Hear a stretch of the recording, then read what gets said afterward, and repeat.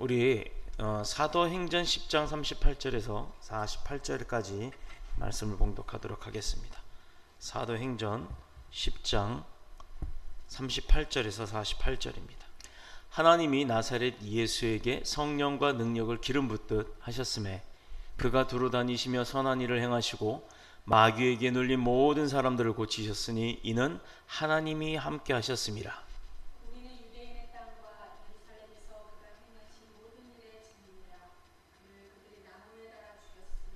하나님이 사흘 만에 다시 살리사 나타나시되 모든 백성에게 하신 것이 아니요 오직 미리 택하신 주님 곧 죽은 자 가운데서 부활하신 후 그를 보시고 음식을 먹어 우리에게 하신 것이라. 우리에게 명하사 백성에게 전도하되 하나님이 살아있는 자와 죽은 자의 재판장으로 정하신 자가 곧 이 사람인 것을 증언하게 하셨고 그에 대하여 모든 선지자도 증언하되 그를 믿는 사람들이 다 그의 이름을 힘입어 죄 사함을 받는다 하는지라. 베드로가 이 말을 할 때 성령이 말씀 듣는 모든 사람에게 내려오시니 베드로와 함께 온 할례 받은 신자들이 이방인들에게도 성령 부어 주심으로 말미암아 놀라니 이는 방언을 말하며 하나님 높임을 들음이러라. 이에 베드로가 이르되 이 사람들이 우리와 같이 성령을 받았으니 누가 능히 물로 세례 베품을 금하리오. 함께 읽겠습니다. 명하여 예수 그리스도의 이름으로 세례를 베풀라 하니라. 그들이 베드로에게 며칠 더 머물기를 청하니라. 아멘. 드려진 예물을 위해 기도하겠습니다. 능력과 은혜 가운데 있는 아버지 하나님 감사를 드립니다. 부흥하는 교회가 되기를 소원하며 종의 가정에서 1000번째 예물을 드립니다. 주님 연락하시고 역사하신 가운데 능력이 베풀어지는 기도의 제목대로 이루어지는 은혜가 있도록 주여 축복하옵소서. 우리와 함께 하시는 그리스도신 예수님의 이름으로 감사하며 기도드립니다. 아멘. 할렐루야. 우리가 오늘 성경 본문 사도행전 10장 38절에서 48절의 말씀으로 함께 나눌 은혜의 제목은 무엇일까요? 은혜의 제목이 무엇일까요? 성령님이 하시는 일이란 제목으로 함께 은혜를 나누도록 하겠습니다. 일본이라는 나라가 가까운 곳에 있는데 우리가 그 일본이 한국을 참 어렵게 많이 힘들게 했던 나라이기 때문에 우리는 그 일본이 망하기를 소원하는 사람들이 참 많아요. 그리고 일본이란 이야기를 하면 괜히 뭔지 몰라도 되게 싫어하는 경향이 많습니다. 근데요 지금은 그렇지 않습니다만 예전에는 우리가 그렇게 싫어하는 일본이라고 하면서도 일본에서 만든 제품들을 사다 쓰기를 되게 선호한 적이 있었어요. 그런데 우리나라가 얼마나 축복의 나라고 얼마나 우리나라 사람들이 열심히 일을 하고 노력을 하는 사람들이냐 하면 지금으로부터 한 20년 전만 해도 일본의 제품들을 갖다가 베껴서 그대로 모방해서 우리나라 제품을 어떻게 보면 소위 짜퉁이라고 하는 그런 것들을 만드는 그런 기술이 우리나라가 발전을 했었습니다. 그러다가 거기에 우리의 아이디어를 더하기 시작했어요. 그렇게 몇십 년이 흐른 이후에 지금은 오히려 전 세계가 대한민국 전자제품을 최고로 쳐주는 그런 시대가 도래가 된 것입니다. 텔레비전으로 말할 것 같으면 중국에서 만드는 중국산 제품의 텔레비전 저 LED 화면도요 다 우리나라 삼성이나 LG에서 만든 것을 수출해다가 그들이 사다가 그걸 잘라다가 나머지 부품들만 껴갖고 자기네 거라고 팔아요. 심지어 일본에서도 그런 제품들을 만들어내고 있습니다만 우리나라 제품들을 따라오질 못한다고 하네요. 그것뿐입니까? 반도체도 그렇죠. 핸드폰도 그렇죠. 얼마나 많은 부분에 있어서 일본을 비약적으로 앞서가고 있는지 이것은요 세상 사람들은 그렇지 않다라고 부정할 수 있겠지만 우리는 분명히 믿습니다. 60년대 70년대 80년대에 들어서 대한민국 인천 땅을 통해서 들어왔던 복음이 대한민국 가운데서 얼마나 큰 부흥을 이 역사가 일어났는지 그것을 기억해 보면요 우리 그때는요 정말 교회들이 기도로 넘치고 찬양으로 넘쳤어요. 은혜가 아주 넘쳤다는 얘기입니다. 즉 성령의 역사하심에 강권적으로 붙들림을 받아서 그때 당시에 대한민국의 교회들은요 정말 부흥기였어요. 그때 우리의 부모님들 세대가 기도하고 준비하고 예비하며 노력하고 새벽 제단을 쌓았던 그 일들로 인해서 우리가 그렇게 축복을 받아왔더라는 것입니다. 그런데 어느 순간부터 우리 청년들이 배부르기 시작했고 아까운 걸 모르고 부족한 걸 모르고 사는 풍족한 시대가 되고 나서부터는 무슨 일이 벌어졌죠? 기도하기를 게을리하고 예배하기를 싫어하고 등한시하고 또 심지어는 안티 기독교인들까지 생겨나기 시작했습니다. 안티 기독교인들이 뭐 이단인 줄 아세요? 크리스찬들이었어요. 교회를 섬겼다가 그들의 교회 섬김 가운데 잘못됨으로 인해서 상처를 받고 그 다음부터 난 예수 안 믿어, 예수는 가짜야 이러고 가기 시작하는 거예요. 이게 얼마나 안타까운 현실입니까? 우리나라가 그렇게 되고 새벽 제단들이 없어지고 금요 철회 예배가 없어지기 시작하고 찬양대가 없어지기 시작한 그 시점에 자 봅시다. 찬양대는 영적인 전쟁의 군사인데 군사들이 없어진 교회들이 얼마나 많아요. 그러다 보니 어떻게 돼요? 자꾸 지는 거 아닙니까? 그러니 세상이 어려워지고 살기가 힘들어진다고 하고 그러면 그럴수록 교회가 이제는 구걸하는 사람들이 들락거리는 그런 곳으로 전락하기 시작을 했다라는 겁니다. 심지어 교회에서요 정말 도와달라고 왔는데 그거 뻔히 알죠. 알면서도 안 도와주고 교회가 없다고 그래가면서 싸우는 교회들도 있어요. 심지어 막 그런 사람들 내몰아치는 사람도 있습니다. 오죽하면 왔겠어요. 오죽하면 그가 그 돈을 가지고 다만 몇 푼이라도 받아서 가서 술을 먹든 밥을 먹든 그건 나을 바 아닙니다. 그러나 우리가 믿음으로 그들을 구제하는 방법은요 그들이 교회를 찾아온 게 얼마나 감사한지 몰라요. 교회 안 찾아오고 지나간 사람한테 칼대 밀고 강도짓 했으면 얼마나 큰일을 당할 뻔합니까? 그게 내 교인이 될 수도 있고 내가 될 수도 있는 거예요. 그러지 않고 교회에 와서 손을 벌린다면 그 사람들이 뻔한 거라는 걸 알면서도 능력껏 주는 거예요. 그게 하나님의 사랑입니다. 어떻게 뭐 보면 그걸 비판적으로 얘기하시는 분들도 있겠지만 글쎄요 저의 믿음은 그렇습니다. 그렇다는 얘기입니다. 자 아까 얘기했듯이 일본이란 나라가 아주 오래전부터 사람의 하는 말 가운데는 힘이 있다는 것을 우리나라 사람들보다 먼저 알았어요. 그래서 언어에는 어떤 신적인 사람들의 도움이 있는 어떤 사람의 말에는 그런 어떤 능력 가운데 있는 힘이 있다라고 이야기를 했습니다. 일본에서는 신을 카미라고 해요. 카미. 근데 우리가 그 카미라고 하는 건 귀신 신자를 써서 여기에 있는 저기에 있는 5만 가지 잡다한 귀신들을 카미라고 합니다. 그런데요 하나님을 표현할 때 하늘에 계신 신이다. 어떻게 보면 한자어로 풀이를 그들의 이야기대로 풀이를 한다면 하늘에 있는 귀신이다 이거예요. 그 많은 여러 종류의 귀신들 중에서도 오로지 그 하나님은 하늘에 있는 귀신이다 라고 해서 감히 사마라고 합니다.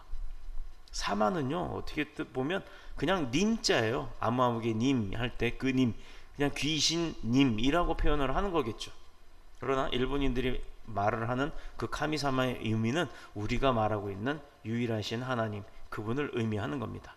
자 그래서 좋은 말을 하면 행복이 찾아오고 또 불길한 말이나 저주의 말을 하면 아주 나쁜 일이 일어난다고 그들은 믿었어요. 그들이 일본 사람들이 생각하기를 대화 속에서 마음이 따뜻해지고 웃음이 생기고 또 어머니처럼 사랑을 그 따뜻한 사랑으로 감싸주고 그 뭐 그렇게 부드럽게 대해주고 하는 그런 것은 낙심을 한 사람이거나 실망한 사람, 실족한 사람에게는 힘과 용기를 주고 고난을 이기게 하는 그런 능력이 힘이 있다라고 그들은 생각을 합니다. 근데 그 힘이 과연 어디서 나오는가가 어느 순간부터 그들에게 궁금증이 되기 시작했답니다. 과연 언어 속에는 생명이 있고 영이 있다. 무슨 영인지는 몰라도 그런 영이 있다라고 생각을 했던 것입니다. 그래서 인간에게는 그 인간의 존재 자체는 연약하지만 아버지 우리는 연약한 생명체이지만 큰 자연 앞에서 정말 간신히 서 있기도 힘든 그런 존재임에도 불구하고 예를 들어서 보세요. 태풍 같은 거 요새 좀 뭐 슈퍼 태풍이라 그래요. 대형 태풍이라고 안 하고 요즘은 또 슈퍼 태풍이라고 합니다. 이번에 대만이나 중국에 연타로 그냥 태풍이 몇 번씩 강타를 하고 나니 어땠어요? 지나가던 고속버스가 옆으로 뒤집어지질 않나? 집에 지붕이 뜯겨져 날아가질 않나? 이런 일들이 벌어지고 사람들이 다치고 하는 일들이 있습니다. 그때 방송에서 보니까 우산을 쓰고요. 비가 몰아치는데 우산을 썼어요. 근데 우산이 무슨 종이짝처럼 접히고 있어요. 막 바람에 얼마나 바람이 강한지 얼굴만 간신히 이러고 얼굴만 막고 있더라고요. 그럴 때 딱 저는 본 게 뭐냐? 하나님이 창조하신 저 자연도 화가 나서 저렇게 뭐라 그럴까요? 심통을 부리면 저렇게 힘든 상황이, 사람이 서 있기도조차도 힘든 상황이 되는데 정작 하나님이 그런 화가 나셨다, 진노하심이 있다 그러면 우리 존재는 과연 어떤 것이 됐을까 라는 생각을 그 뉴스 보도의 화면을 보고 생각을 해본 적이 있습니다. 자, 그런 자연 앞에서도 사람은 아무것도 할 수 없다라는 그런 아주 그냥 조그마한 존재라는 것을 알게 되는데, 우리가 살고 우리가 미래를 꿈꾸며 미래를 향해 앞으로 나가고자 하는 것은 과연 우리의 능력으로 어떤 역할을 우리가 능력으로 행하고 살 수가 있을까? 다름 아닌 사람의 언어 속에는 영이 있고 생명이 있기 때문에 그런 일들을 할 수 있다라고 일본 사람들은 생각을 했다라는 것입니다. 그러나 이런 생각이 결코 그냥 그들이 어떤 모르지만 모르는 가운데 우연으로 생겨난 것은 아니에요. 왜냐하면 그들이 겪어봤기 때문에, 살면서 겪어봤는데 무엇이 원인이었는지 모르지만 해보니까 그렇게 되더라 이겁니다. 그래서 그들의 마음 가운데는 말의 능력이 있다, 언어의 능력이 있다라고 이야기를 합니다. 요한이 기록하기를, 요한복음 1장 1절에 태초에 말씀이 계시니라, 이 말씀이 하나님과 함께 계셨으니 이 말씀은 곧 하나님이시니라 라고 고백을 했습니다. 즉 말씀이 육신이 돼서 우리 가운데 거하신다.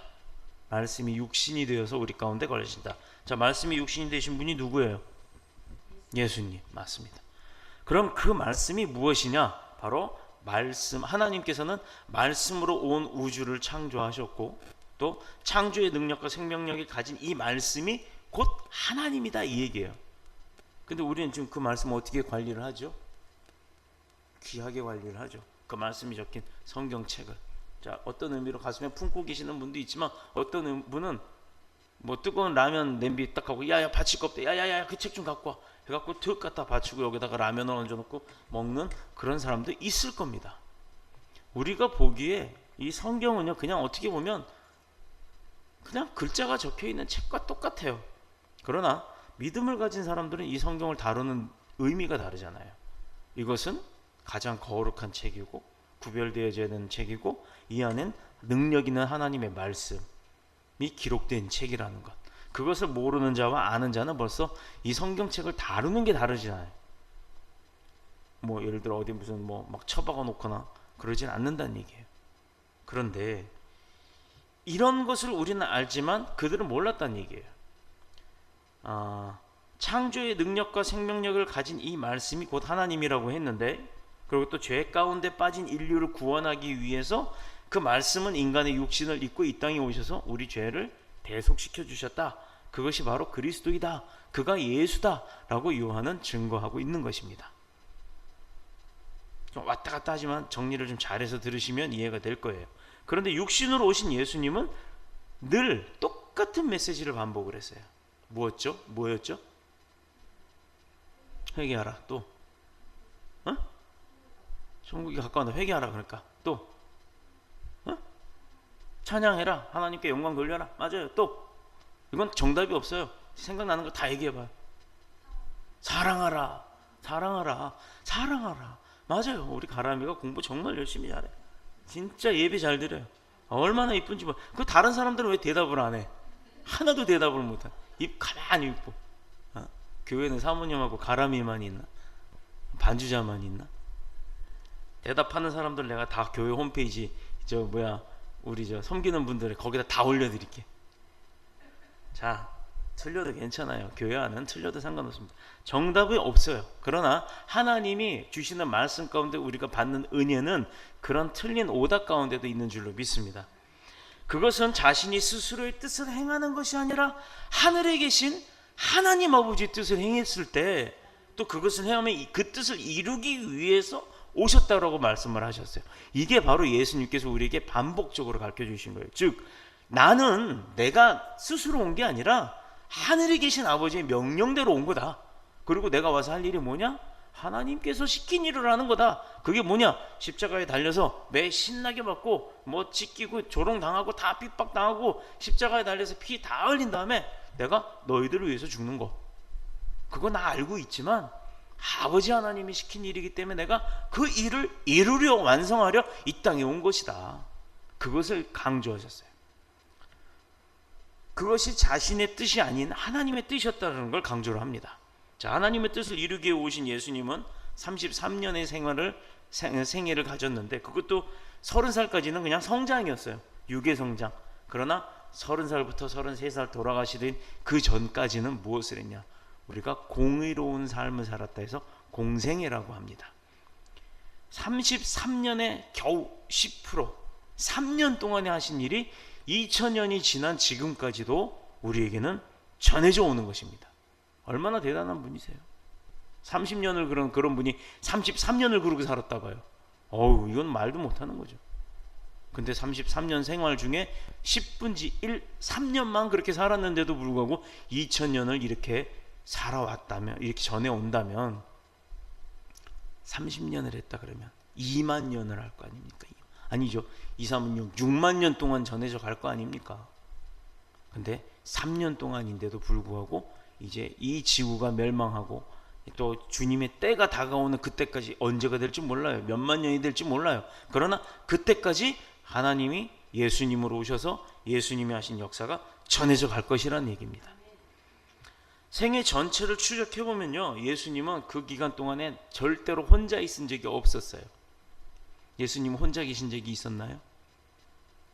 십자가에 달리실 때도 강도가 있었고, 또 그 일을 미리 알고서 주님 앞에 내 잔을 좀 옮겨달라고 할 정도로 그냥 간구의 기도를 할 때도 제자들이 있었습니다. 물론 이거 막말 한번 합시다. 처자빠져 자고 있었지만 예수님이 그렇게 기도할 때, 목숨 건 기도를 할 때 제자들은 그냥 디비 자빠져 자고 있었지만 그래도 제자들이 옆에 있었다라는 겁니다. 누군가 늘 함께 하셨고 그분과 상의하시면서 함께 다녔다는 얘기예요.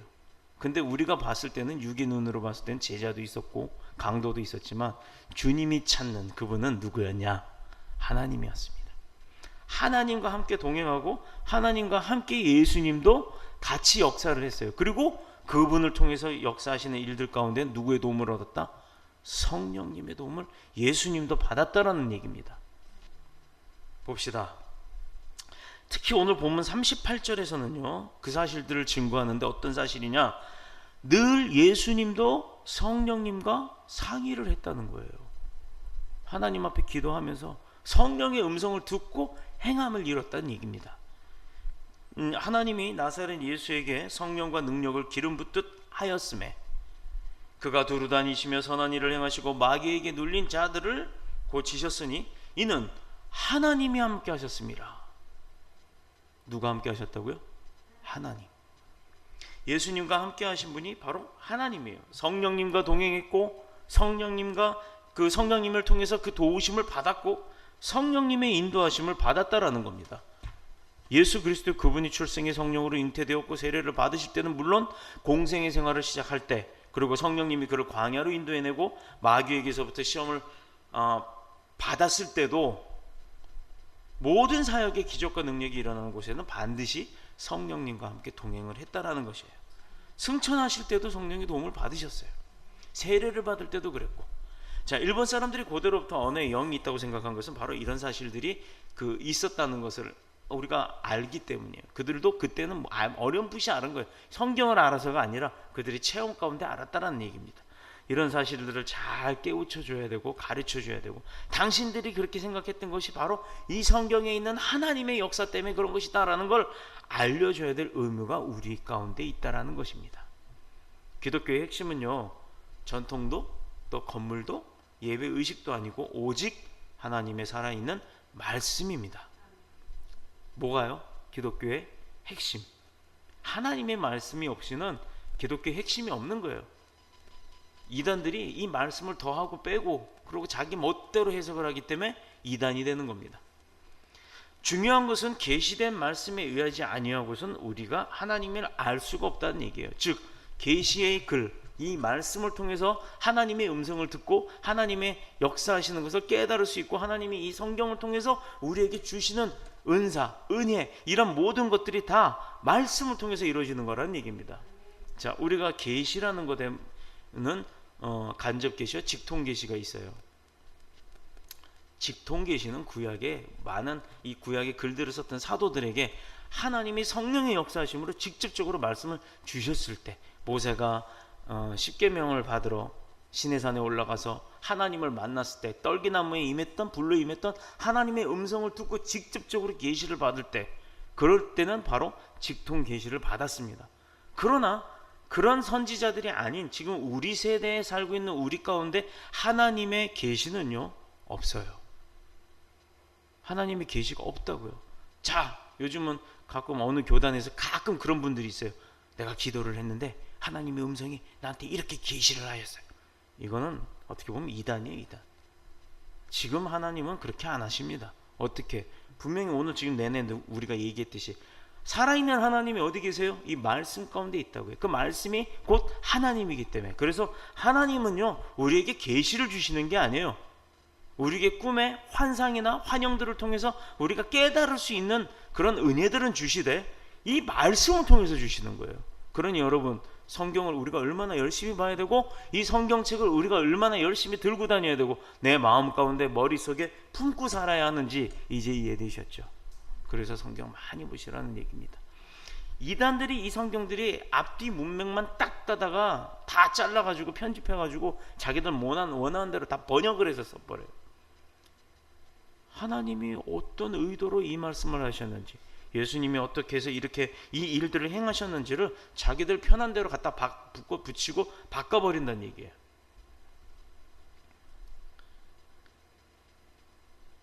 이런 하나님의 역사하심이 예로부터 지금까지도 이어져 오고 말씀을 통해서 있었다는 것을 우리는 잊지 말아야 합니다. 기독교의 핵심이 오직 말씀 가운데 있다는 것. 그래서 중요한 계시된 말씀도 오로지 이 성경을 통해서 이루어지고 있다는 것. 구약 시대의 계시는 이 글을 썼던 선지자들에게 하셨던 거예요. 근데 이 그 계시를 받아서 쓴 성경은 하나님의 계시로 이 성령의 음성으로 저자들이 제자들이 사도들이 이걸 쓴 거잖아요. 그러면 이 성경이 뭐라고요? 하나님의 말씀이잖아요. 그런데 하나님의 말씀을 두고 우리한테 하나님이 또 계시를 한다? 이거는 잘못된 이야기입니다. 지금은요 그렇게 계시가 오진 않습니다. 하나님의 말씀을 통해서 우리가 확증을 하고 또 우리가 꿈이나 다른 여러 가지 상황들, 정황들을 통해서 이 말씀 가운데 우리가 증거를 찾아낼 수가 있는 거예요. 그래서 내가 성경 말씀에 입각하여 하나님이 나한테 은혜를 일으켜 주셨고 나한테 교훈을 주셨다라고 표현하는 게 맞습니다. 말씀이 없이는 천국과 지옥도 깨달을 수가 없는 것이고 또 스스로 죄인이 된다는 것도 깨달을 수가 없는 거예요. 그러니요, 하나님을 알지 못하는 사람은 자기가 죄인인지를 모르고 사는 거예요. 그러니 얼마나 천하태평, 내가 죄인이고 곧 심판대가 돼서 내가 그 죄값을 치러야 되는데 그걸 모르고 사는 거예요. 그러니 지금 세상 망고 땡, 나 최고 이러고 살지만 정작 그가 심판날 딱 왔을 때는 그때 가서 땅을 치고 통곡하고 후회해봐야 소용이 없다라는 겁니다. 말씀이 없이는 천국과 지옥도 깨달을 수 없다고 했듯이 하나님은 복음을 순서대로 증거함으로, 이 말씀은 하나님의 복음을 순서대로 증거함으로 듣는 모든 사람들이 성령을 받고 깨닫고 구원을 받는 결과를 가져오게 하신 거예요. 아멘. 아멘. 그러나 아무리 계시된 말씀이 주어진다 해도 이 말씀에 생명이 없고 죽어있는 말씀이라면 의미가 없겠죠. 그래서 하나님의 말씀은 지금도 역사가 일어나고 지금도 은혜로 다가오는 살아있는 생명을 주시는 살아있는 말씀이라는 것입니다. 그래서 곧 이 말씀이 살았기 때문에 하나님은 지금도 살아계신 분이 맞다라는 거예요. 능력을 주고 깨달아 하나님을 알게 하는 성령의 역사가 없이는 우리에게 구원의 은혜가 임할 수가 없다라는 거예요. 내가 알지를 못하는데 구원을 받았는지 10원을 받았는지 알 게 뭐예요. 그런데 살아있는 하나님의 말씀을 통해서 우리가 깨닫고 은혜가 될 때 또 그 말씀, 예수 그리스도가, 우리가 예수 그리스도를 믿는 게 뭔지는 다들 아시죠? 그분이 십자가 달린 그 사건들, 그래서 왜 그렇게 했는지 그걸 다 알고 그래서 그분을 믿는 거예요. 그분이 하나님이기 때문에. 그랬을 때 그 말씀을, 살아있는 이 하나님의 말씀을 믿을 때 우리가 예수님과 동행하면서 능력을 주셨던 그 성령님이 이 말씀과 함께 계시기 때문에 우리가 구원을 얻는 거예요. 그래서 예수 그리스도를 믿기만 하면 구원을 얻는다라고 표현을 하는 겁니다. 이래서 예수님도 성령님과 함께 하지 않고는 아무 일도 안 하셨다는 거예요. 그러니 교회에서 회의가 중요합니까? 아니요. 교회에서 정치가 중요합니까? 아니요. 교회에서 뭐가 중요해요? 우리가 성령의 음성을 듣기려면 뭘 해야 됩니까? 기도해야 되잖아요. 기도가. 그래서 교회의 모든 일은 기도로 시작해서 기도로 끝나야 되는 줄로 믿습니다. 성령님의 음성은 나만 주는 게 아니에요. 다 준단 말이에요. 그러니 말씀 가운데 우리가 묵상하고 그 일들을 놓고 기도를 할 때 만약에 하나님의 뜻이 맞다면 모든 이들이 동일한 마음을 갖게 만드시는 거예요. 그래서 합력하여 선을 이룹니다. 그렇기 때문에 분쟁과 시기와 질투, 싸움이 일어나지 않는 거예요. 무슨 일이든 사역을 함에 있어서 내 마음 가운데 분냄이 일어나기 시작하면 그거는 하나님의 일이 아니에요. 그렇게 단언해도 좋습니다. 그래서 우리가 하나님의 일이 확신을 하려면 먼저 기도하고 준비하는 겁니다. 그래서 많은 사람들이 또 다들 기라고 이건 하나님의 일이다라고 하는데 나 혼자 아니다, 이거는 주장이 아니에요. 그러면 나는 그 일에 끼지 말아야 되는 겁니다. 그 일이 합당한 일일 때 나 혼자 의견이 틀리다고 안 해, 이게 아니라, 그걸로 싸우는 것이 아니라 그들이 더 할 수 있게, 더 잘할 수 있게 그 일을 돕는 일로 바뀌고 내가 그 일에 끼는 것은 빠지는 게 옳은 거예요. 바로 이것이 하나님의 역사하심의 방법입니다. 그런데 오늘날 우리들은 하나님을 아버지라고 부르긴 합니다만 그러면서도 말씀을 받고 성령을 무시해요. 또 아예 성령 하나님을 의식지도 못하고 살 때가 많아요. 이게 하나님의 음성인지 사탄의 꼬임인지도 구분을 못한다는 얘기입니다. 예수님은 공생애를 통해서 성령의 인도하심을 받았는데 그의 제자된 우리들은 오히려 내가 주인 노릇을 하고 산다는 얘기예요. 예수님은 꽂아놓은 보리자루 마냥 저쪽 한 구석에 처박아 놓고 그냥 거기 계세요. 내가 알아서 다 할게. 표정도 그냥 거만하게 거기 계세요. 내가 다 알아서 할게. 아이 그런 거 아니라니까. 우리가 알아서 다 한다. 그냥 가만히 계세요. 우리 어머니들 아버지들 연세 드시고 나이 드신 분들한테 자녀들이 조금 성장했다고 우리 그런 개그 프로그램이 있잖아요. 아이 언제 사진에다가 줄 거놓고 돌리는 술잔 받을지 모르는 아버지한테 그런 말 하면 안 돼 막 이러면서 어떤 딸내미가 막 그런 개그 프로그램이 있어요. 아버지는 가만히 있어요. 내가 지금 나이가 이제는 50이에요. 힘으로도 아버지한테 안 져요. 자, 이건 우리는 웃자고 하는 개그 프로그램이지만 그 개그 프로그램을 보면서 참 한쪽의 마음이 너무 아려웠습니다. 저게 재미있는 일인가? 기껏 길러놨더니 진짜 부모한테 저렇게 하는 것이 재밌다고 깔깔대야 되는 건가 하는 그런 마음이 들 때가 있었어요. 방송이 사람을 베리는 게 참 많은 것 같아요. 근데도 아이러니하게 내 부모를 공경하라, 이것이 분명히 하나님의 명령임에도 불구하고 그 사람들은 그걸 밥벌이라고 생각할지 모르지만 그걸 보고 그렇게 해도 된다라는 생각을 은연중에 하는 사람들이 생겨난다는 것에 문제가 있다는 것입니다. 분별해야 될 줄로 믿습니다.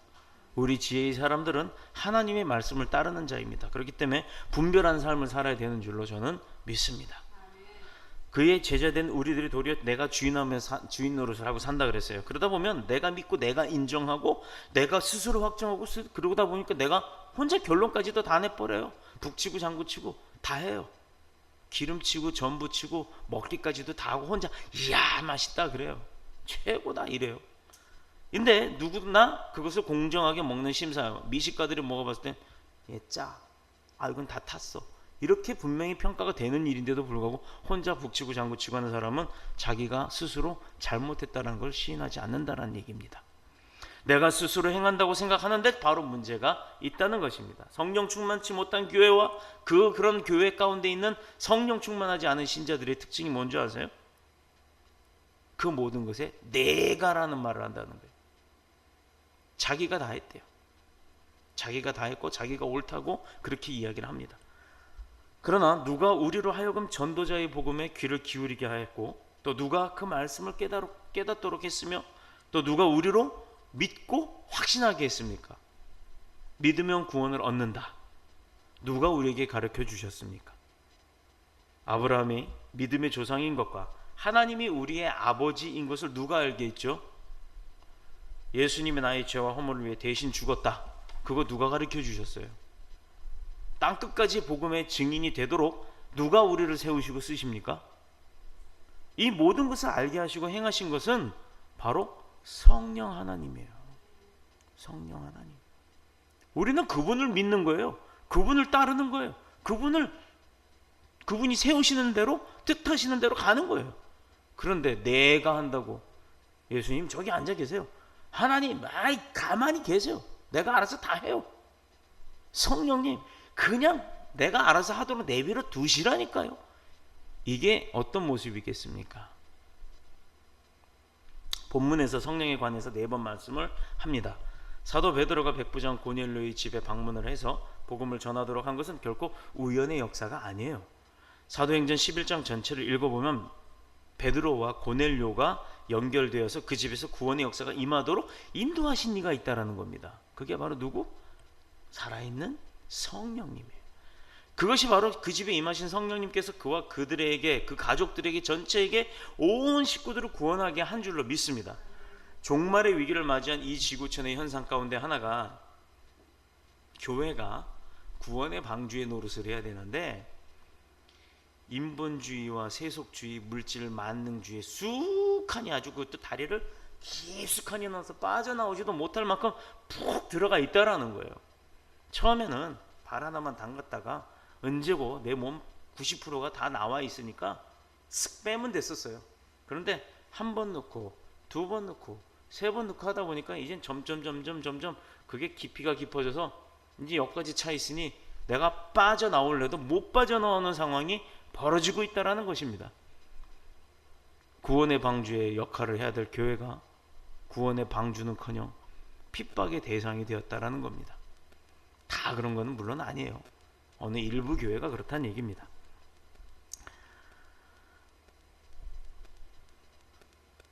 그 일부 교회들 가운데서 벌어지고 방송 매체를 통해서 이렇게 막 들려오고 하는 그런 일들을 비춰본다면, 사건들을 비춰보면 결코 이 말이 틀리지 않다라는 것입니다. 예수님은 성령님과 동행하시면서 그분의 도우심을 늘 입고 가신 분인데 그 결과 생명을 구원하는 역사가 가는 곳곳마다, 이루는 곳곳마다 나타났고 십자가 위에서 최종적으로 그 구원의 완성을 성취하신 거예요. 이루신 거예요. 그러나 이 시대와 흡사했던 패역한 노아의 시대, 그때는 어땠죠? 우리가 창세기 6장 3절을 보면 여호와께서 이르시되 나의 영이 영원히 사람과 함께 하지 아니하리라. 와, 이거 엄청나게 무서운 말씀이잖아요. 하나님께서 내 영이 이제 사람들과 영원토록 함께 하지 않겠대요. 버림받은 거예요. 아버지로부터. 이거 굉장한 일 아닙니까? 이거 어떡합니까? 이제 아버지가 나 너랑 안 해. 너랑 같이 안 있어. 이제 나 너 몰라. 나 너 이제 안 도와줄 거야. 이렇게 선포 딱 하신 거예요. 당장 내 집에서 나가. 그리고 호적도 파. 고생을 하건 말건 죽건 말건 나하고 상관없어. 너하고 나하고 이제 남이야. 이렇게 됐을 때 그 자녀의 입장에서는 얼마나 두려움이 오겠어요. 얼마나 아버지가 화가 났으면. 자, 노아의 시대에 하나님께서 그렇게 말씀하셨습니다. 이유가 뭐였죠? 그 시대 사람들은요, 하나님을 떠나서 범죄하였기 때문이에요. 하나님이 원치 않는 일만 골라 했기 때문이에요. 자, 근데 그 결과 경건한 노아의 식구 이외에는 모두 어떻게 됐어요? 밤낮으로 쏟아지는 비 가운데 홍수의 심판을 받아 전멸하고 말았던 것입니다. 성령님이 사람들과 함께 하실 때는 생명의 역사가 있었어요. 근데 성령님이 떠난 지구촌에는 고통과 저주와 심판만 남았다라는 것입니다. 또다시 노아의 시대와 같은 결과가 이 시대에 임하는 일은 없어야 할 줄로 믿습니다. 왜냐하면 고린도후서 6장 2절에 이르시되 내가 은혜를 베풀 때 너에게 듣고 구원의 날에 너를 도왔다. 또 도왔다 하셨으니 보라 지금은 은혜 받을 만한 때요. 보라 지금은 구원의 날이로다. 이게 바로 고린도후서 6장 2절의 말씀이에요. 뭐라고요? 지금 은혜 받을 만한 때요. 지금은 구원의 날이다. 하나님께서 우리를 어떻게 하신다고요? 우리에게 은혜를 주신다고요. 그리고 우리를 구원해 주신다고요. 다시 약속을 하십니다. 혼란스러웠던 사사시대에도 삼손이 성령으로 충만했을 때는 어떤 일이 있었죠? 당나귀 턱뼈, 요만한 당나귀 턱뼈 하나로 블레셋 군사 1000명을 다 때려서 죽였어요. 얼마나 강한 힘이었어요. 그들은 칼과 창과 여러 가지 무기들을 갖고 왔는데도 겨우 당나귀 턱뼈 하나만 가지고도 그 1000명을 때려서 이겼단 말입니다. 이게 삼손에게 성령 충만했을 때 있었던 역사입니다. 그렇다면 고넬료 집안에 임한 성령의 역사, 구체적으로 어떻게 임했을까? 그 동기가 바로 고넬료에게 있었던 거예요. 본문 30절 31절 보면 그는요 평소에도 어김없이 항상 동일하게 기도하는 자였다라는 겁니다. 고넬료에게는 분명히 내 집에서 제9시 기도를 하는데 라는 말씀이 있어요. 이것은 그에게 평소에 정해진 시간에 정시 기도를 드렸다라는 얘기예요. 무엇을 하든지 간에 하루의 일과 중에 언제를 딱 정해놓고 나는 이 시간에서 이 시간만큼은 나 아버지 만나는 시간 아무것도 안 해요. 정말 뭐 요즘처럼 바쁜 세상이 없겠습니까마는 그때 당시에도 고넬료는 바쁜 사람이었어요. 그럼에도 불구하고 자기가 정해놓은 시간에는 하나님을 만났다는 거예요. 그래서 10장 2절에 보면 하나님께 항상 기도한다라고 쓰여져 있습니다. 마태복음 6장에 보면요 기도에 관한 교훈이 나오는데 기도를 말씀하시기 전에 먼저 구제하는 일을 말씀을 하셨어요. 마태복음 6장 6절입니다. 내 골방에 들어가 문을 닫고 은밀한 중에 계신 내 아버지께 기도하라. 어디에 가서요? 골방. 아무도 모르는 데 들어가라 이거예요. 혼자만 있을 수 있는 곳에 들어가서 은밀한 중에 계시는, 그러니까 내 앞에 드러나서 나를 막 돕고 계시는 분이 아니라 내 뒤에서 그냥 몰래 숨어서 지켜보시다가 위험할 때 탁탁 막아주시는 그런 아버지께 기도를 하라. 은밀하게 나를 지켜보고 계시는 그 내 아버지께서 갚으시리라. 이게 마태복음 6장 6절의 말씀이에요. 하나님께서 나를 어떻게 도우신다? 은밀하게 지켜보신다고요. 아주 있는 듯 없는 듯 내가 깨닫지 못하게. 그런데 그렇게 하니까 깨닫지 못하는 거예요. 그러면 우리는 말씀을 통해서 하나님이 나와 함께 계신다, 성령의 동행하심이 있다, 능력 가운데 내가 살고 있다, 주님이 나를 돌보신다라는 걸 아는 자가 하나님이 계시는데도 불구하고 쓸데없는 짓 하면 되겠습니까? 안 되죠. 바로 이런 부분입니다. 왜냐하면 당시 종교 지도자들이 남에게 보이려고 구제를 했고 떠벌렸어요. 내가 누구한테 얼마 줬어? 내가 그 사람 찾아가고 야 냄새 나지만 그냥 꼭 참고서 그 사람 손도 잡아주고 밥도 같이 먹어주고 옷도 사주고 그랬다? 이걸 자랑 삼아 떠들었다는 거예요. 그게 나는 제사장이기 때문에, 나는 목사기 때문에 당연히 그거 했어, 이렇게 생각을 합니다. 목사 지갑에 돈이 없어요. 근데 목사 지갑에 돈이 조금 있으면 꼭 그런 난 돈 필요한 사람들이 와요. 그럼 어떤 사람은 1,000원 주고 어떤 사람은 10,000원 주고 그럽니까? 아니요. 감동되는 대로 줘요. 어떤 사람은 50,000원도 주고, 진짜 없는 사람은 뭐 1,000원도 주고 5,000원도 주고 합니다만, 이것 주고 나서 돈 뜯겼네라는 생각을 가지면 안 된다는 거예요. 하나님께서 저에게, 그 사람에게 이렇게 구제를 할 수 있도록 허락을 하신 것은 뭔가 하나님이 뜻하신 바가 있겠다. 나는 그걸 감사함으로 기쁘게 줘요. 저 사람 범죄치 않고, 나 길에서 강도를 돌변해서 나한테 돈 뺏지 않고 이렇게 교회 찾아와서 손 벌렸다는 것, 그게 오히려 감사하더라고요. 그리고 나를 목사라고 인정하고 찾아온 거 아닙니까? 얼마나 감사해요. 그가 다른 데 간 것도 아니고 교회를 두들겼다. 물론 그의 마음 가운데 교회를 이용한 거다 할지라도 하나님의 성전에 찾아와서 구제한 자에게 거절하지 말라고 하셨어요. 근데 그게는 뭐가 있냐? 언제가 됐든지 분명히 여러 성도들이 낸 헌금을 통해서 구제한 연보의 사역은 그가 썼고 그가 먹고 마시고 했다 할지라도 분명히 그걸로 인해서 그가 바뀔 거라는 겁니다. 하나님은 그런 역사를 하실 거라는 거예요. 지금 당장 그가 내일 목사님 잘못했어요, 주님 내가 죄송합니다, 주님의 귀한 헌금을 갖다 내가 목사들을 이용하고 교회를 이용해서 내가 죄를 저질렀습니다, 회개하고 와서 예배하고 그럴지는 않는다 할지라도 그의 마음과 심령 가운데는 이미 하나님이 손을 대셨다라는 겁니다. 그것에 나는 감사를 해요. 그것에. 그 중에 혹시 어떤 훌륭한 종교 지도자가 나올지 어떻게 합니까? 냄새도 나고 역겹기도 하고 더럽기도 합니다. 그러나 그것은 하나님이 보낸 자라고 생각을 하면 나환자도 찾아가시는 분이신데 나를 찾아온 그 나환자들이 얼마나 고맙겠어요. 찾아다니시는 예수님의 수고를 그들이 덜었다는 겁니다. 저는 그렇게 마음에 감동이 와서 그냥 속상할지 모르겠지만 줍니다. 그리고도 그게 감사해요.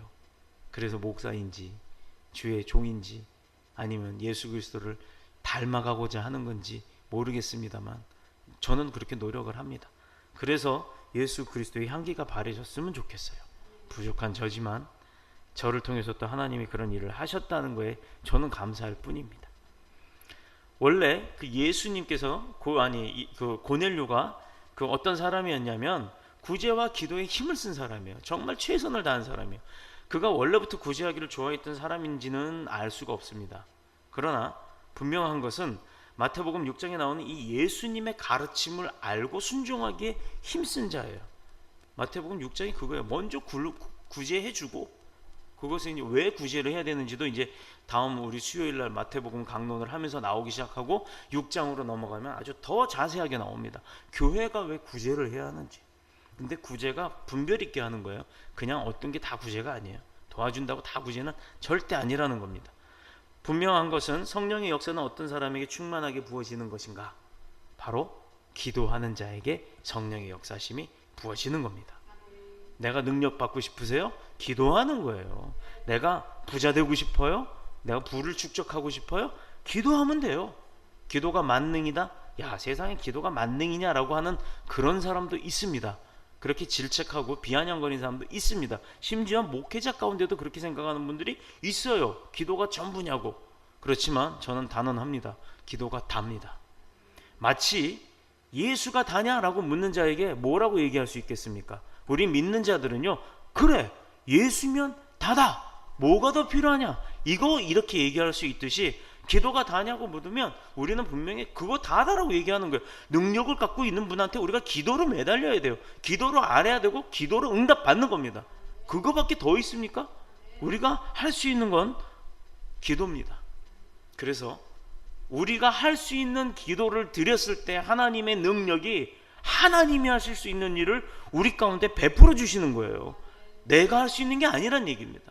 목사가 할 수 있는 게 아니에요. 목사가 안수해서 낫게 하는 게 아니라니까요. 목사가 주님 앞에 간구합니다. 주님의 능력이 그 목사 손을 통해서 이루어지는 거지 그 목사가 신이 아니라니까요. 그런데 왜 치유하는 사람 능력이 있으면 그 사람을 그렇게 추종하고 쫓아다니고 그 교회에 몰려가는지 모르겠어요. 그들의 믿음이 그렇다는 겁니다.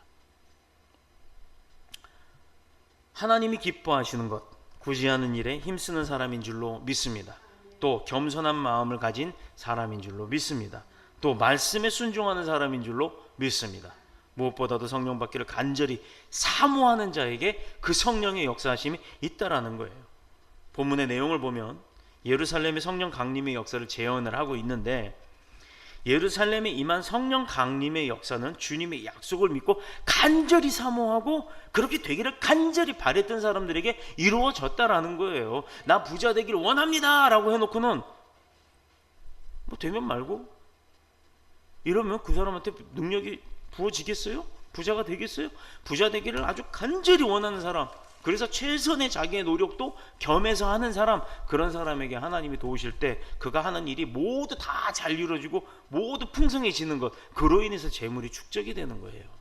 그렇게 해서 부자가 되는 겁니다. 나는 가만히 누워있고 로또 복권도 하나 됐으면 좋겠다. 하나님 로또 복권 돼갖고 나 부자 되게 해주세요. 그런데 로또 복권도 사러 안 간다는 거예요. 그럼 어떻게 부자가 될 수가 있겠어요?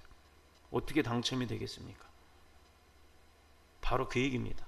최소한 로또 복권을 사러 가는 노력은 해야 될 거 아니고, 또 그때 들어가는 뭐 얼마가 들어가죠? 돈 10,000원씩 주나요? 그 10,000원도 자기한테는 최소한 있어야 되고 드려야 된다라는 겁니다. 하나님 앞에도 심으라는 이야기가 바로 그거예요. 그렇게 얘기했더니 뭐 교회가 하나님 앞에 돈 가져오라고 그랬다고. 하나님이 뭐 거지예요? 하나님 앞에 돈은 우리가 드릴 수 있는 마음의 표징인 것 뿐입니다. 하나님이 그 돈이 필요해서 달라 그러는 게 아니란 얘기예요. 우리한테 하나님이 필요로 하는 건, 야 너랑 이야기 좀 하자입니다. 네 마음도 좀 알고 네한테 하고 싶은 얘기도 있고. 그 방법이 뭐라고요? 기도하는 일이에요. 믿음으로 하나 된 우리들이 함께 모여 간절히 기도했을 때 성령의 역사함이 있다, 이겁니다. 내가 너희 두셋이 모여서 나의 이름으로 기도하는 곳에 내가 너희와 함께 하겠다라고 말씀을 하셨어요. 그게 뭐요? 성령의 역사심입니다. 그들이 성령으로 충만함을 입었을 때 어떤 일이 일어났다고요? 지상에 주님의 몸된 교회를 만들어내기 시작했어요. 태동하기 시작했어요. 믿는 자들 가운데 성령이 오셔서 그 동행하는 역사하는 일들이 있었어요. 그들이 원하는 대로 기도한 대로 다 이루어졌다는 얘기입니다. 아픈 자 낫게 하고, 예수님만 그걸 한 게 아니었어요. 예수님의 제자들도 그 일들을 했단 말입니다. 누가 도와서? 성령 하나님이 도와서. 이 성령의 역사가 가태동한 교회로 하여금 신앙의 박해를 이기고 또 온 세상의 복음을 증거토록 해서 그 명맥이 지금까지 이어져 내려오게 만드신 거예요. 자, 그들이 어느 정도로 충만했길래 그 말씀 증거하는 사도들을 가리켜서 대낮부터 술에 취했다라고 뭐라 그러죠? 그 오해를 받았어요. 대낮부터 술 취했다고. 사랑하는 성도 여러분, 성령에 취해 보신 적이 있습니까? 성령이 취하면요, 우리가 표현을 그렇게 하는 거예요. 왜? 흐느적거리고 막 내가 어떻게 하질 못하니까. 그래서 취한 것 같이 보인다라고 해서 취했다라는 표현을 합니다. 성령이 임하면요, 내 몸 스스로가 통제가 안 돼요. 누가 보면 저기 뭐 창피한지 어쩐지 그거 구분도 안 됩니다. 근데요, 누구나가 사탄이 역사했을 때하고 성령이 임했을 때하고는 분별이 됩니다. 거부감이 오는 건요, 사탄이 역사한 거예요. 성령의 임재하심은 누구에게나 거부감이 없어요. 내 몸에 스스로 통제력을 잃고 온전히 하나님께서 움직이신 그대로 막 움직이는 거예요. 어떨 때는 방언이 터져 나와서 알아듣도 못하는 막 이상한 소리 막 발라발라발라발라 이런 소리를 하기도 하고, 또 온 몸에 불이 타는 것처럼 몸이 뜨거워서 남들은 덥다고 에어컨 펑펑 틀어놓고 있는 그 시점에 자기 몸은 막 뜨겁다고 불에 타는 것 같다고 막 난리를 치는 그런 일도 있습니다. 그런데 절대 타지를 않아요. 심지어 온 바닥을 떼굴떼굴 굴러다니는데도 멍 하나 들거나 어디 하나 흠집이 생기지도 않아요. 또 그 많은 군죽 진짜 걸어다니기도 좁을 만큼 앉아서 예배드리고 있는 그 과정에 빙글빙글 돌면서 누구 하나도 손가락 하나 발가락 하나 밟지도 않고 그 사이사이로 막 다니는 사람들도 있습니다. 과학적으로는 우리가 표현할 수 없는 그런 현상들, 그런 모습들이 그들 가운데 성령이 임하면 보여진다라는 거예요. 그러니 술에 취해 몸을 못 가누는 것처럼 보일 수가 있어요. 중요한 것은 사람들이 어떻게 보고 어떻게 판단하느냐가 중요한 것이 아니라, 성령 충만한 이 사람들을 통해 귀신이 쫓겨나고 안진뱅이가 일어나고 소경이 눈을 떴던 그 역사가 일어난다는 거예요. 죽은 자가 살아나고. 그때 베드로가 뭐라고 했어요? 사도행전 2장 28절에 보면, 너희가 회개하여 각각 예수 그리스도의 이름으로 세례를 받고 또 죄사함을 받으라. 그리하면 성령의 선물을 받으리니. 어떻게 해요? 회개하고 각각 예수 그리스도의 이름으로 세례를 받고 죄사함부터 받아라. 그게 믿어야죠. 믿어야 가능한 거 아닙니까?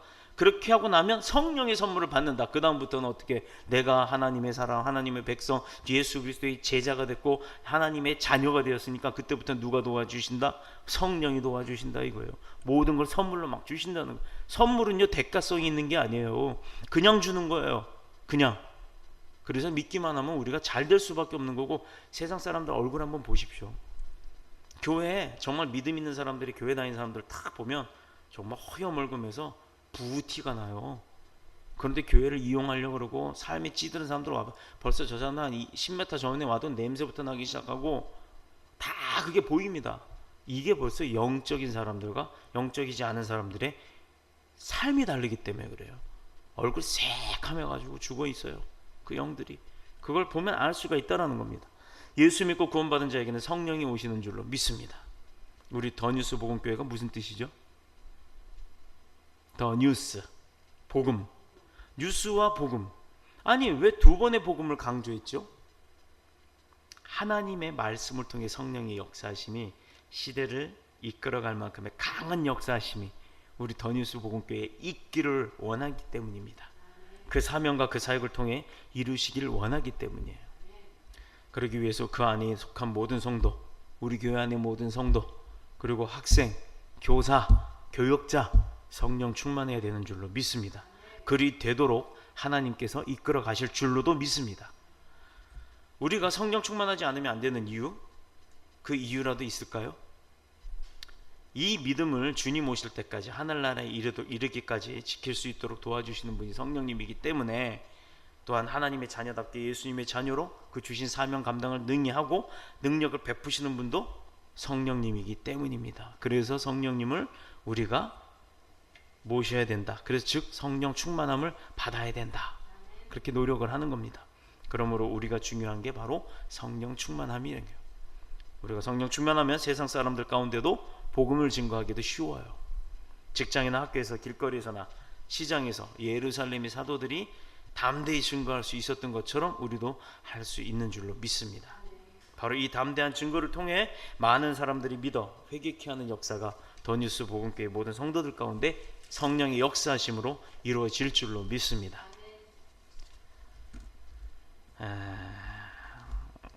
뭐 복음 전도하는 게 여러 가지 방법들이 있죠. 뭐 부침개도 주고 뭐 어떤 분은 호떡 해갖고 호떡 줘가면서 하는 뭐 전도법도 있고 뭐 커피도 주고 많아요. 고린도전서 12장 3절에 보면 성령으로 아니하고서는 누구든지 예수를 주시라 할 수 없느니라라고 돼 있어요. 자, 그 관심을 전도에 사용하는 겁니다. 성령의 역사하심을 세상 사람들이 관심거리로 받아들일 수 있도록 하나님이 하시는 일이 무엇인지를 그들이 깨달을 수 있도록 하고 전도하는 거예요. 그게 바로 제일 좋은 방법이 구제의 방법인 거예요.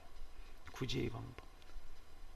교회를 드러내고 그 교회 담임 목사를 드러내는 것이 아니라 그 교회와 그 교회 목사를 사용하시는 하나님을 드러내는 그 구제 방법, 이제 우리가 연구하고 찾아내야 되겠죠. 그렇게 해서 전도를 해야 될 줄로 믿습니다. 그러려면 구제하려면 교회 안에 재정이 풍부해야 되잖아요. 그러면 하나님의 역사하심이 뭐가 있겠어요? 교회의 재정을 넉넉하게 허락하시는 거예요. 성도들도 부흥돼서 많이 있어야 될 것이고 그 가운데는 정말 진짜 큰 부자들도 있어야 될 것을 나는 믿어요. 하나님이 그렇게 붙여주실 것이고 또 그들로 인해서 교회가 건물 짓고 세력만 키우는 그게 아니라 작아도 그 교회 안에서 하는 일이 커야 되는 줄로 믿습니다. 하나님이 하시는 일이, 역사하시는 일, 성령의 도우심, 성령의 충만함으로 인해 나타나는 증거들, 그리고 그 일들, 하나님이 하신 일들이 큰 능력으로 나타날 줄로 믿습니다. 그런 성령님의 충만하심이 오늘 이 자리에 계신 저와 여러분에게도 부어지기를 그리스도이신 예수님 이름으로 축복합니다. 마지막 44절을 보면 베드로가 이 말을 할 때 성령님이 말씀 듣는 모든 사람에게 내려오셨다라고 되어 있어요. 말씀 속에 성령이 계시고 말씀 속에 하나님의 능력, 이 성경 가운데 그 말씀 가운데 하나님 능력이 함께 한다는 사실을 바로 이 기절로 증거하고 있는 것입니다. 그리고 이 사실을 묵도한 베드로도 놀랐고 또 성령 받는 자들도 함께 놀랐어요. 성령 충만하지 못하면 우리는 바른 길을 갈 수가 없습니다. 또 복된 길로도 갈 수가 없어요. 즉 성령 충만하지 않다면 분별의 영도 죽고 분별하지 못하면 죄악인지 정말 하나님의 뜻의 길인지 참된 진리의 길인지 구분을 못한다는 얘기입니다. 그래서 우리가 망하는 길로 갈 수도 있다라는 얘기입니다. 왜냐하면 로마서 8장 26절에 보니 이와 같이 성령도 우리의 연약함을 도우시나니 라고 되어 있어요. 우리가 연약한 거는 하나님도 알고 계시다는 얘기입니다. 그렇기 때문에 하나님께서 우리의 연약함을 도우시는 줄로 믿습니다. 성령 하나님의 전문 사역이 뭔지 알아요? 하나님께서 하시는 전문적인 사역, 연약한 우리를 도우시는 겁니다. 그러니 나 연약합니다 하고 자복하고 주님 앞에 도와주세요라고 고백하는 그런 기도의 삶을 충만하게 이뤄나가신 저와 여러분이 되시기를 예수님의 이름으로 축복합니다.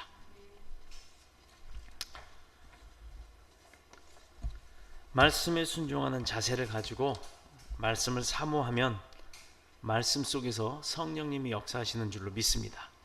이 말씀 속에 교계하시는 성령님이 고넬료 가정에서처럼 우리 성도들 모든 가정을 구원하시고 우리 교회의 능력으로 임하시고 또 우리 교회가 속한 이 지역과 인천 전체를 복음화할 수 있도록 우리를 도우시는 줄로 믿고 나아갑시다.